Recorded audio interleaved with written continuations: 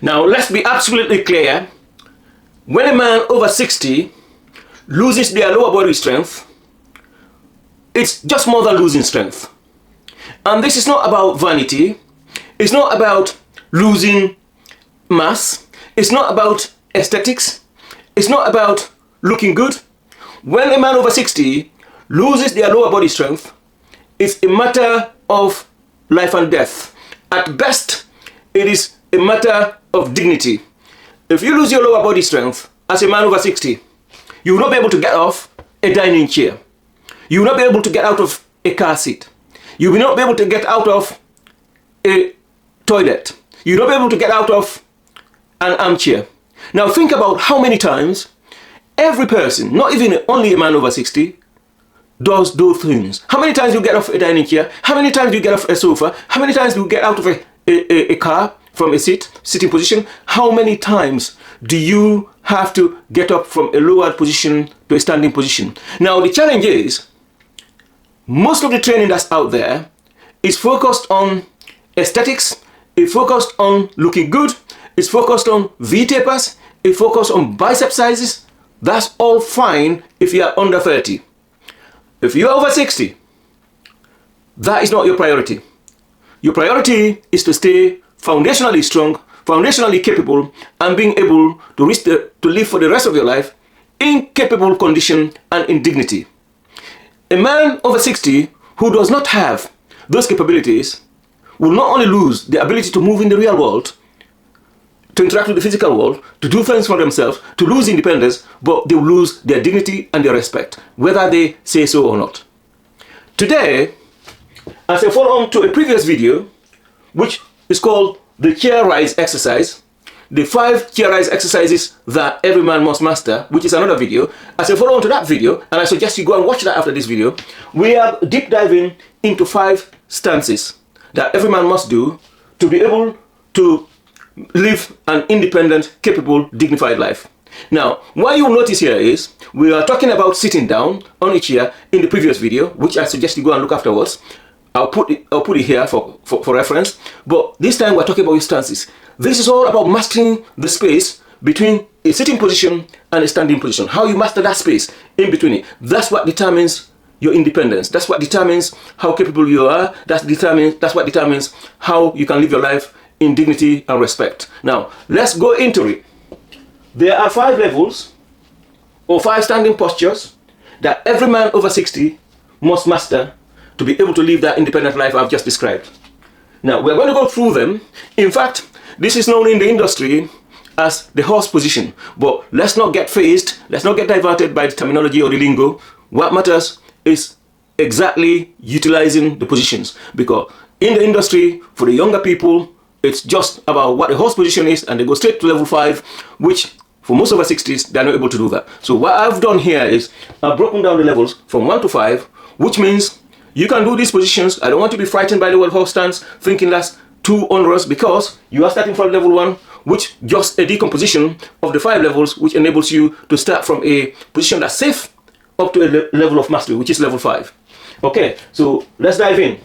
Level 1 is basically, as I'm demonstrating on the video here, is you go into a standing position, you have your knees bent slightly, and you support yourself with either a sturdy chair that's not going to tilt, or a dining table or a sofa. So please be safe. Make sure you just bend your knees ever so slightly, as I'm showing, and then you hold on to a supported position. You may do this for a week, you may do this for 3 weeks, it does not matter how long you do it. But if you do this daily, what you're doing is you're activating that lower part of your body. You're activating your glutes, you're activating your thighs, you're activating your knees, you're activating all the lower legs positions, which enables you to be prepared for the next stages. So that's your level 1. So as you can see, it's just bending your knees ever so slightly with your legs apart, and then you make sure you are supported. Be safe and try and do that. Now once you feel you can do this very safely, then you should be moving to level 2. Level 2 assumes you already can do level 1, which means all you have to do is move your legs slightly wider, this time wider than level 1. Move your feet apart, just about slightly wider than shoulder width, say 1.5 times shoulder width. You then sit down slightly deeper.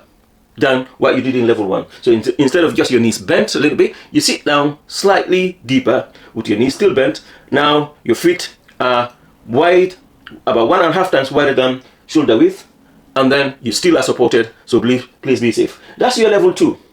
Now, as you can see, the difficulty is slightly higher, and what's happened here between level 1 and level 2 is you've widened your feet and you sat down deeper. But what you've kept constant is you're still supported. Now, once you can do level 2, you are now ready for level 3. And again, just do level 2 for as long as it takes until you can master it. There's no rush to move to level 3. Nobody is giving you a deadline. All that matters is that you can get through all these levels, however long time it takes you. So let's move to level 3. Level 3, again, those feet positions. Now you widen your feet positions to twice your shoulder width. So remember, level 2 was 1.5 times shoulder width, and level 1 was just shoulder width. So you widen your feet now really a bit wider, because if you are going to make it twice your shoulder width, your legs are now really apart. And then you sit down, you lower yourself as deep as you were in level 2. So you maintain level 2, and you now become unsupported. This time, as I'm showing on the demo there, you remove your chair. For the first time, levels 1 and 2, you already had your chair, and level 3, the chair is removed, and your stance is wider, but the depth, your stance is wider, and your depth is the same as in level 2. So you can see the difficulty has been increased a little bit, but the assumption is, because you've done levels 1 to 2, or at least you've mastered level 2, you now got the lower body strength to be able to do level 3 unsupported. Now, before you do level 3, which is unsupported, please ensure that you can do it. Please ensure that if you cannot do it, do not try it. This is crucial because I do not want you to be unsafe. I do not want you to fall. I do not want you to break anything. So only go to level 3 if you can do it, or get a professional to support you to do it, or to speak to a doctor.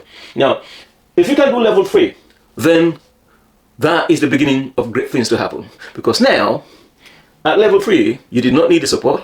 You are relying on your body support, and you've gotten to that almost good horse stand position, as we call it in the industry. Now the next thing you do to level 4 and 5, as you've noticed, will just increase the difficulty. And what is happening is you are increasing either the width, the depth, or you are increasing basically your stance, how low you stand. So let's go to level 4.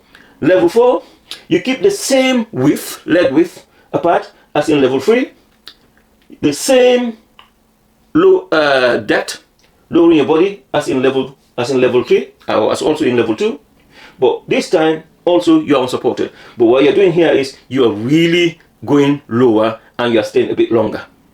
So if you are staying here 10 seconds, here you're probably staying 20 seconds. So all you're doing is you're taking level 3, you are taking it a bit further. Okay, so a bit deeper, a bit lower, legs staying as wide apart as before.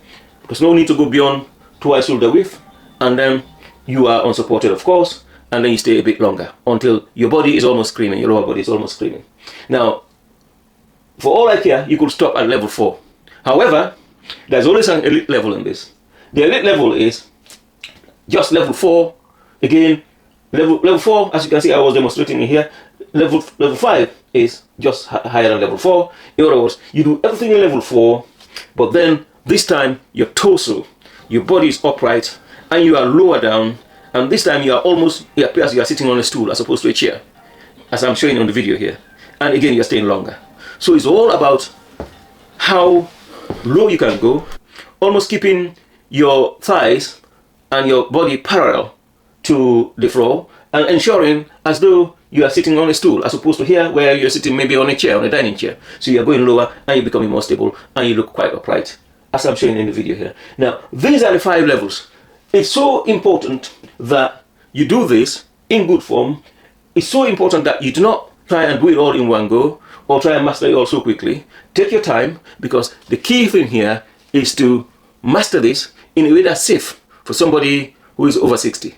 It's quite crucial that you do not injure yourself as you go through the stages.